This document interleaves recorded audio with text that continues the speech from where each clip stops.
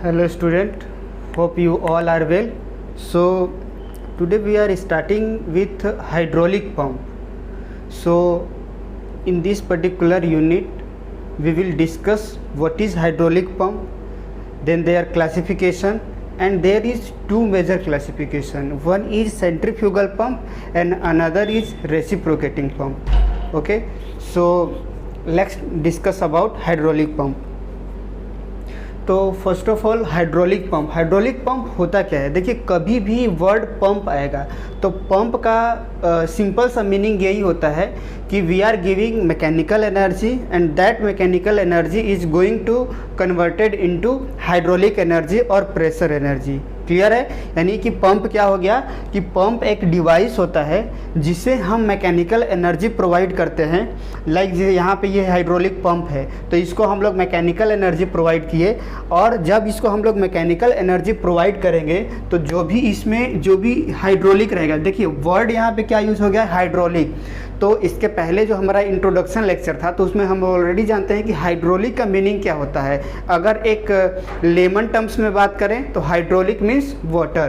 Clear है? तो यानी कि हम लोग क्या कर रहे हैं कि वाटर को मैकेनिकल एनर्जी प्रोवाइड कर रहे हैं, and this mechanical energy of water is going to convert into pressure energy.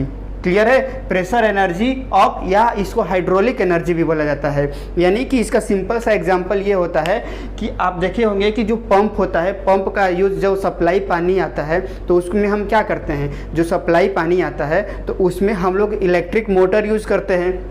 अब ये इलेक्ट्रिक मोटर वाटर को क्या करता है, मैकेनिकल एनर्जी प्रोवाइड करता है, एंड जो मैकेनिकल एनर्जी उसको दिया जाता है तो ये जो मैकेनिकल एनर्जी होता है वाटर के काइनेटिक एनर्जी को इंक्रीज कर देता है, प्रेशर को इंक्रीज कर देता है, और एट द एंड क्या होता है कि जो काइनेटिक एनर्जी रहता है वो भी प्रेशर एनर्जी में कन्वर्ट हो जाता है। और इस तरीके से हाई प्रेशर के कारण क्या हो जाता है कि जो वाटर होता है वो जाके हमारे एक पर्टिकुलर जो रूफ होता है जहाँ पे हमारा की सिंटेक्स लगा हुआ रहता है वहाँ पे वो प्रेशर एनर्जी या पोटेंशियल एनर्जी के फॉर्म में वो पर्टिकुलर एनर्जी जो है वो स्टोर हो जाता है। क्लियर है?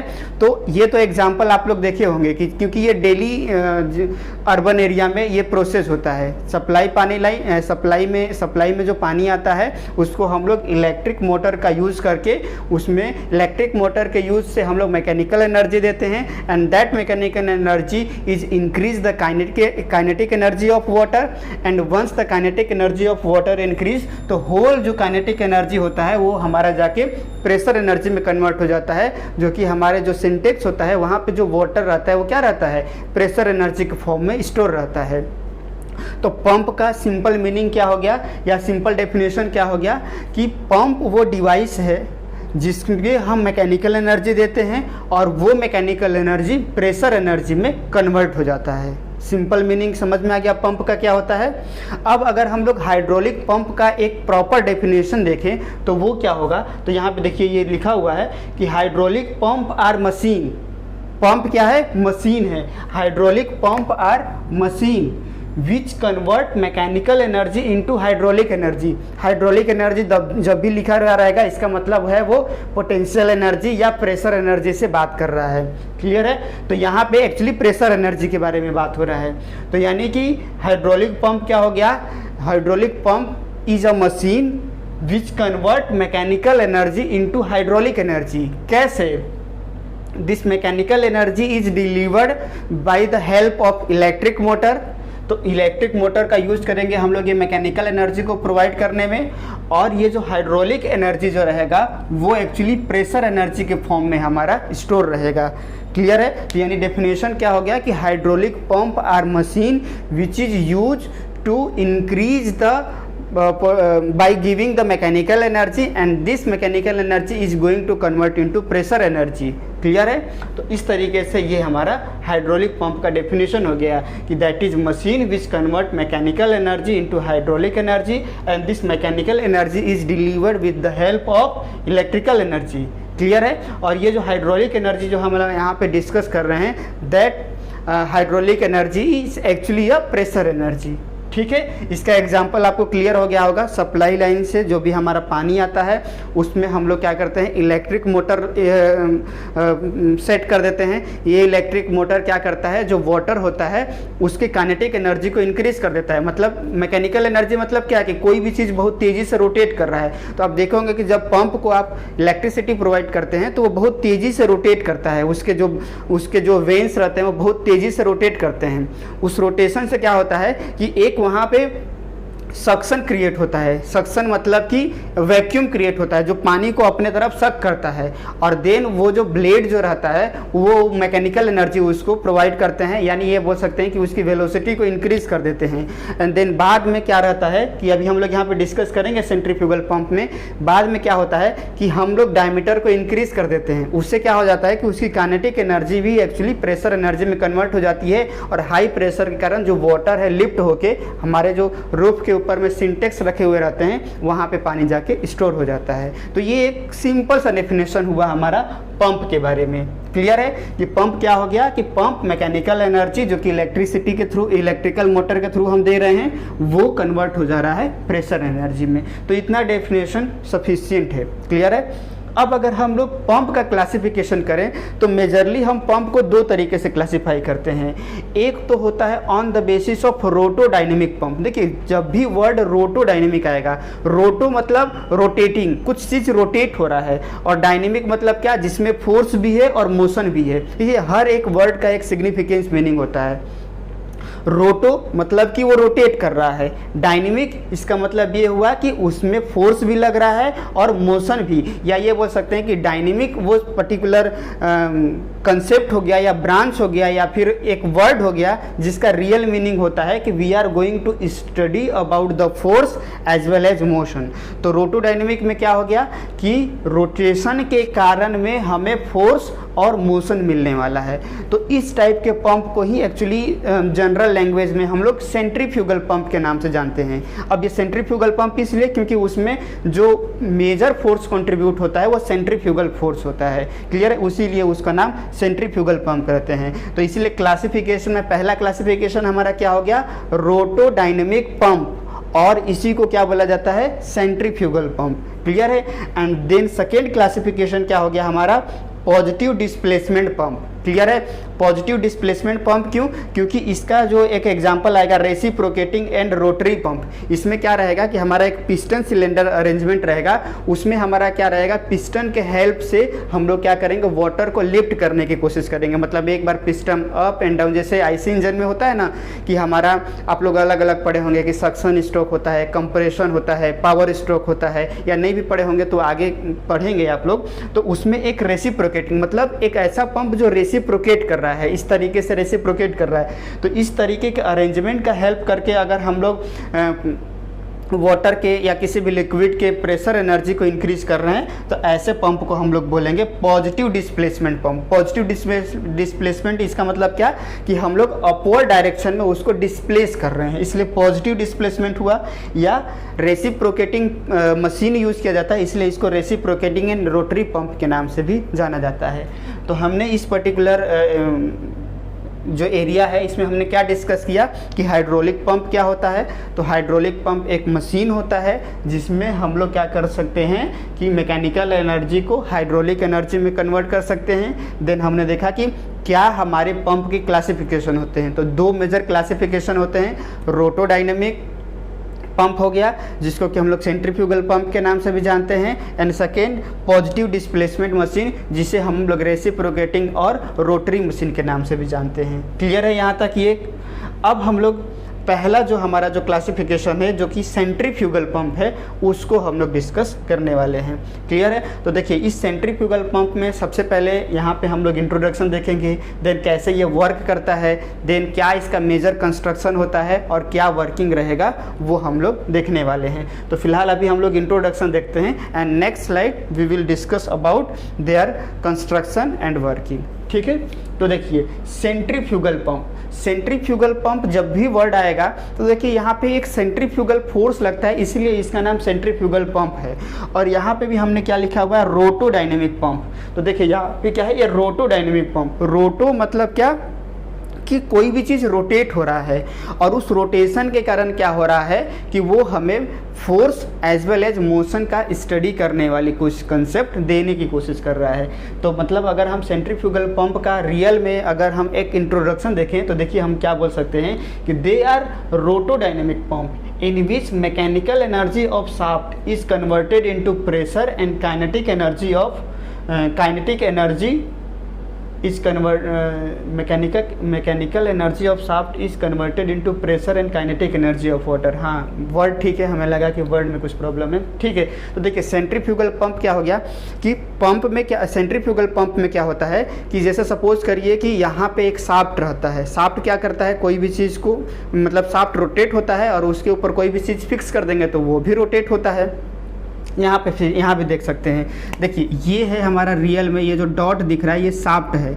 शाफ्ट के ऊपर में ये जो ब्लैक कलर का दिखा है ये क्या दिख रहा है, इम्पेलर लगा हुआ है। तो सेंट्रीफ्यूगल पंप में इम्पेलर क्या होता है, वो पर्टिकुलर पार्ट, जैसे मान लीजिए ये शाफ्ट है और शाफ्ट के ऊपर कुछ ऐसा हम लोग फिक्स कर दिए जो कि रोटेट कर रहा है। तो ये शाफ्ट, तो इसका हम लोग फ्रंट व्यू देख रहे हैं, तो ये शाफ्ट हो गया। शाफ्ट के ऊपर में कोई भी चीज़ एक इम्पेलर, एक पर्टिकुलर जो रोटेटिंग एलिमेंट है उसको ऐड कर दिए हैं जिसको हम लोग इम्पेलर के नाम से जानेंगे।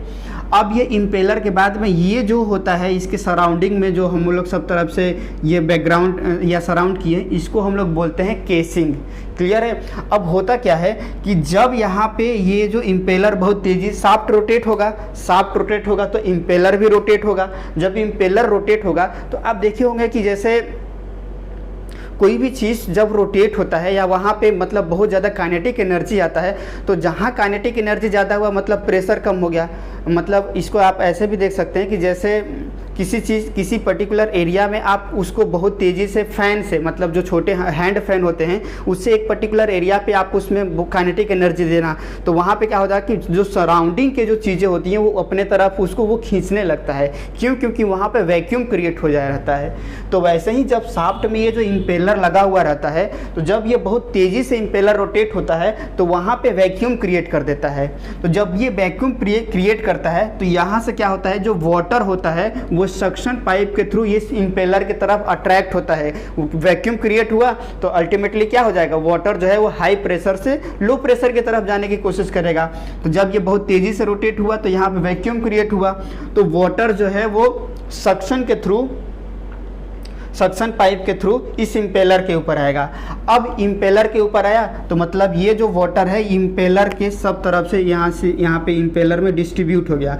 और जब ये इम्पेलर बहुत तेज़ी से रोटेट कर रहा है तो अल्टीमेटली ये क्या करेगा, उसको मैकेनिकल एनर्जी प्रोवाइड करेगा। मैकेनिकल एनर्जी किस फॉर्म में, काइनेटिक एनर्जी के फॉर्म में। इसका मतलब क्या हो जाएगा कि जो वाटर का जो है काइनेटिक एनर्जी बहुत ज़्यादा बढ़ जाएगा। क्लियर है। अब उसके बाद में देखिए यहाँ पे आपको दिखाई दे रहा होगा कि यहाँ का क्रॉस सेक्शन एरिया कम है और जैसे जैसे ये दूर जाते जा रहा है ये क्रॉस सेक्शन एरिया बढ़ते जा रहा है। मतलब जब क्रॉस सेक्शन एरिया बढ़ते जाएगा तो ये जो काइनेटिक एनर्जी बहुत ज़्यादा वाटर को मिला हुआ है वो अल्टीमेटली किस में कन्वर्ट हो जाएगा, प्रेशर एनर्जी में कन्वर्ट होते हुए जाएगा।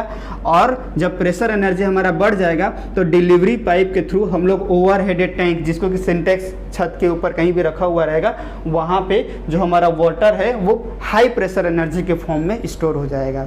क्लियर है। तो ये एक जनरल कंसेप्ट हुआ या जनरल वर्किंग हुआ किसी भी पंप का, और यहाँ स्पेशली हम लोग डिस्कस कर रहे हैं इस डायग्राम के थ्रू सेंट्रीफ्यूगल पंप के बारे में। क्लियर है। तो एक बार हम लोग इसका डेफिनेशन को देख लेते हैं या जो भी इसका जनरल एक इंट्रोडक्शन है वो देख लेते हैं।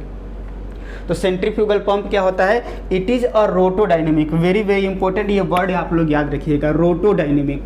रोटोडायनेमिक ही अपने आप में एक्सप्लेन कर देता है कि किस टाइप का पंप होने वाला है। Rotating and due to rotation there is coming of force as well as motion। तो centrifugal pump are rotodynamic pump जिसमें क्या हो जाता है, in which mechanical energy of shaft is converted into pressure and kinetic energy of water. Wheel of the centrifugal pump जिसको कि हम लोग इम्पेलर बोलते हैं, impeller and energy added by the impeller to centrifugal pump to liquid due to centrifugal effect. यानी ultimately यहाँ पे क्या हो गया, ये बताने की कोशिश कर रहा है कि देखिए ये इम्पेलर रोटेट हो रहा है, तो रोटेट हो रहा है तो उसमें क्या हो रहा है, मोशन भी आ रहा है और फोर्स भी आ रहा है, तो इसीलिए वर्ड क्या हो गया, रोटोडायनेमिक। अब ये जो इम्पेलर हो रहा है वो क्या कर रहा है, जब बहुत तेजी से रोटेट कर रहा है तो कहीं ना कहीं यहाँ पे प्रेशर एनर्जी क्रिएट कर रहा है या वैक्यूम क्रिएट कर रहा है। तो जब वैक्यूम क्रिएट कर रहा है तो यहाँ से वाटर जो है वो अपने तरफ सक कर रहा है, तो मतलब उसको वो काइनेटिक एनर्जी दे रहा है। अब ये जो इम्पेलर रोटेट हो रहा है तो अल्टीमेटली क्या करेगा, जब वाटर यहाँ पे आएगा तो सेंट्रीफ्यूगल इफेक्ट के कारण बाहर की तरफ फेंकने की कोशिश करेगा, मतलब उसको बहुत हाई वेलोसिटी से बाहर की तरफ थ्रो आउट करने की कोशिश करेगा, जिसके कारण क्या हो जाएगा, उसकी काइनेटिक एनर्जी बढ़ जाएगी।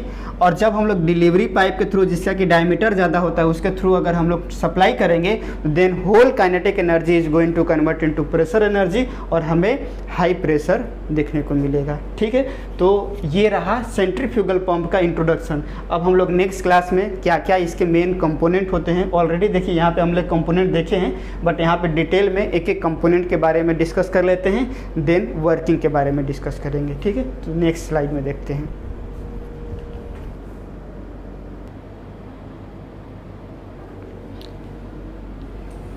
चलिए, सो नेक्स्ट अपन देखते हैं कंस्ट्रक्शन के बारे में। जो हमने सेंट्रीफ्यूगल पंप पिछले क्लास में पिछले स्लाइड में डिस्कस किए कि क्या होता है, एक रोटोडायनेमिक होता है, रोटोडायनेमिक पंप होता है। तो अब इसमें क्या मेन कंस्ट्रक्शन होता है, क्या क्या मेन इसके कंपोनेंट होते हैं, उसको हम लोग डिस्कस कर लेते हैं।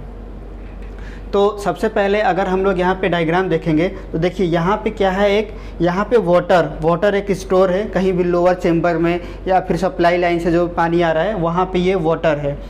अब यहाँ पे क्या रहता है, सबसे मेजर पहला कंपोनेंट सक्शन पाइप होता है। क्लियर है, तो देखिए यहाँ पे हमने डिस्कस किया है सक्शन पाइप। ये क्या होता है, it is a pipe which upper end is connected to inlet of pipe and lower end deep into the water in sump. ये सम्प होता है तो इसका लोअर एंड सम्प में कनेक्टेड है और दूसरा जो है वो हमारे पंप के इनलेट पे कनेक्टेड है। क्लियर है, और यहाँ पे दो चीज़ जुड़ा हुआ है, एक नॉन रिटर्निंग वॉल्व और दूसरा स्ट्रेनर। नॉन रिटर्निंग वॉल्व क्या करता है कि एक बार ये जो वाटर अगर ऊपर की तरफ डायरेक्शन में चला गया तो पानी नीचे की तरफ ना आए, उसको ये प्रिवेंट करता है, यानी बैक फ्लो को प्रिवेंट करता है। और ये जो स्ट्रेनर रहता है, स्ट्रेनर एक तरीके से फिल्टर का काम करता है कि कोई भी फॉरेन एलिमेंट जो है वो हमारे पंप के अंदर ना जाए, अदरवाइज क्या हो जाएगा, हमारे पंप को इरोड कर देंगे। क्लियर है, पंप की लाइफ ख़राब हो जाएगी। तो स्ट्रेनर जो रहता है वो फॉरेन एलिमेंट को अंदर जाने से रोकता है। क्लियर है, तो ये तो हमारा हो गया क्या, सक्शन पाइप के बारे में। जो इसके बाद जो नेक्स्ट जो हमारा मेजर एलिमेंट होता है वो हमारा क्या होता है, इम्पेलर होता है। देखिए इम्पेलर क्या होता है, it is a rotating part of the pump. मैं हाईलाइट करते जा रहा हूँ, rotating part of the pump. क्या होता है कि इस इम्पेलर, पहला तो ये इम्पेलर खुद एक शाफ्ट के ऊपर कनेक्टेड रहता है और ये जो इम्पेलर रहता है इसके ऊपर नंबर ऑफ कॉर्ड वेन मतलब कि ब्लेड लगे हुए रहते हैं। तो जब ये इम्पेलर बहुत तेज़ी से रोटेट करता है तो ये जो वेन होते हैं वो, इनका कंस्ट्रक्शन ऐसा होता है कि ये वाटर को अपने तरफ अट्रैक्ट करते हैं और जब ये बहुत तेज़ी से रोटेट करेगा वाटर को अपने तरफ अट्रैक्ट किए और फिर सेंट्रीफ्यूगल पंप के थ्रू बाहर की तरफ बहुत तेज़ वेलोसिटी से थ्रो आउट करते हैं। क्लियर है, तो इम्पेलर क्या होगा, it is a rotating part of the pump, consist of series of curved vane mounted on shaft to driving unit. Its function is to give the rotatory motion of the fluid, due to which centrifugal pump is known as rotodynamic. तो impeller समझ में आ गया, रोटो वाला word आ गया, रोटोडायनेमिक। Then इसके बाद casing होता है। देखिए इसको, ये जो ब्लैक कलर का ये जो सराउंडिंग है इसको केसिंग बोलते हैं, जो क्या करेगा, अब वाटर को बहुत तेज़ी से थ्रो आउट करेगा। तो अगर ये केसिंग नहीं रहता तो क्या होता कि जहाँ पे भी ये पंप है तो वो पूरी सब डायरेक्शन में वाटर को मतलब वो क्या कर देगा, थ्रो आउट कर देगा। तो ये केसिंग क्या करता है, वाटर को बाहर की तरफ फ्लो होने से रोकता है। एयर टाइट ये एक चेम्बर होता है। तो देख लेते हैं क्या हमने लिखा है, it is air type chamber surrounding the pump impeller, prevent leakage of air into the casing. और दूसरा सबसे मेजर चीज़ क्या होता है केसिंग का, कि यहाँ पे जो डिस्चार्ज साइज में होता है, मतलब आउटलेट पे जो एरिया होता है वो बढ़ते जाता है। तो उससे होता क्या है कि जब ये इम्पेलर, जब ये वाटर को काइनेटिक एनर्जी दिया हुआ है तो ये काइनेटिक एनर्जी एरिया बढ़ते जाएगा, तो वो काइनेटिक एनर्जी धीरे धीरे प्रेशर एनर्जी में कन्वर्ट होते जाता है। Then design of the casing such that kinetic energy of liquid leaving the impeller is converted into pressure energy before the liquid enter into the delivery pipe. मतलब जितना भी kinetic energy जो है वो हमारा इम्पार्ट किया है इम्पेलर वाटर को, वो होल काइनेटिक एनर्जी जैसे ही केसिंग से होते हुए डिजाइन ऐसा किया जाता है कि वो पूरी तरीके से प्रेशर एनर्जी में कन्वर्ट हो जाए।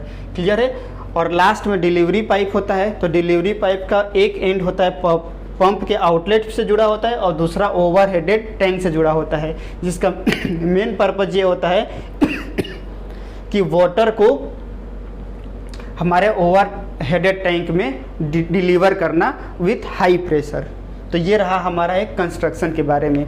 एंड लास्ट में देखिए वर्किंग तो हमने ऑलरेडी जो डिस्कस किए हैं वो मतलब समझ ही लिए, बट फिर भी एक बार वर्किंग देख लेते हैं कि इसमें क्या हो रहा है। कि सेंट्रीफ्यूगल पंप में सबसे पहले क्या हो रहा है हमारा, जो लिक्विड है वो सक्शन पाइप के थ्रू उसको सक किया जा रहा है। क्लियर है। जब ये लिक्विड हमारा सक करके इसमें आया तो यहाँ पे एक इम्पेलर लगा हुआ है। तो यहाँ पे जो liquid from sump pipe enter into the centre of impeller and when the impeller rotate होगा तो उसके कारण क्या हो जाएगा, वाटर को वो स्पिन करेगा और उसको सेंट्रीफ्यूगल एक्सेलरेशन या सेंट्रीफ्यूगल फोर्स प्रोवाइड करेगा, जिसके कारण उसकी काइनेटिक एनर्जी इंक्रीज हो जाएगी। And as the liquid leave, अब यहाँ पे जो लिक्विड आया सेंट्रीफ्यूगल पंप के कारण वो मान लीजिए थ्रू आउट हो गया, तो यहाँ पे बहुत तेज़ी से रोटेट हो रहा है तो वैक्यूम क्रिएट हुआ, लो प्रेशर क्रिएट हुआ। तो अब इसके कारण क्या हो जाएगा, नेक्स्ट अदर जो भी हमारे वाटर रहेंगे उसको वो सम्प से अट्रैक्ट करने की कोशिश करेगा और यही प्रोसेस चलता रहेगा। तो as the liquid leave the impeller low pressure is created and hence the liquid from the sump flow towards the impeller and at the last में जो भी यहाँ पे इम्पेलर से जो भी वाटर थ्रू आउट हुए हैं तो केसिंग का हम लोग ऐसा डिज़ाइन करेंगे कि वो whole kinetic energy is going to convert into pressure energy. Clear है। तो इस तरीके से हम पानी को यहाँ से सक किए, इम्पेलर में को बहुत तेज़ी से रोटेट किए, इम्पेलर उसको काइनेटिक एनर्जी प्रोवाइड किया, केसिंग तो को ऐसा डिज़ाइन किया गया कि होल केसिंग एनर्जी जो है वो प्रेशर एनर्जी में कन्वर्ट कर दिया। और जब प्रेशर एनर्जी ज़्यादा बढ़ गया तो अल्टीमेटली इजीली हम उस वाटर को हाई ओवरहेडेड टैंक में स्टोर कर लिए। तो यही पर्पज़ भी था कि ओवरहेडेड टैंक में उसको कंप्लीट करना, तो इस पर्टिकुलर प्रोसेस से हमने कंप्लीट किया। तो ये रहा एक हमारा होल एक डिस्कशन सेंट्रीफ्यूगल पंप के बारे में। क्लियर है। तो ठीक है, अब हम लोग नेक्स्ट क्लास में हम लोग क्या करेंगे कि रेसिप्रोकेटिंग पंप के बारे में डिस्कस करेंगे। लेकिन उसके पहले यहाँ पे एक चीज़ और है। देखिए जो सेंटर ऑफ द पाइप होता है और प्लस सम्प का जो बेस होता है उनके बीच में ये जो हाइट होता है, तो एक्चुअली प्रेशर को हम लोग हेड के टर्म्स में भी डिनोट कर सकते हैं। तो इसको बोला जाता है suction head and inlet of the pipe to the overheaded tank या डिलीवरी पाइप के बीच का ये जो प्रेशर का जिसको कि हम लोग हेड के टर्म्स में डिनोट करेंगे उसको हम लोग बोलते हैं डिलीवरी हेड। तो और इन दोनों हेड को मिला के हमारा होता है टोटल हेड। तो मतलब सक्शन के बेस से लेके पाइप के इनलेट तक के जितना भी हाइट होगा उसको हम लोग बोलेंगे क्या, सक्शन हेड, HS। यहाँ पे मैं लिख देता हूँ HS यानी सक्शन हेड एंड HD मतलब डिलीवरी हेड, जो कहाँ से कहाँ तक रहेगा, पाइप के इनलेट से लेके ओवरहेडेड टैंक के एंट्री तक के जो हाइट होगा वो डिलीवरी हेड रहेगा। ठीक है। तो चलिए ठीक है, नेक्स्ट क्लास में we will discuss about reciprocating pump. Okay, thank you.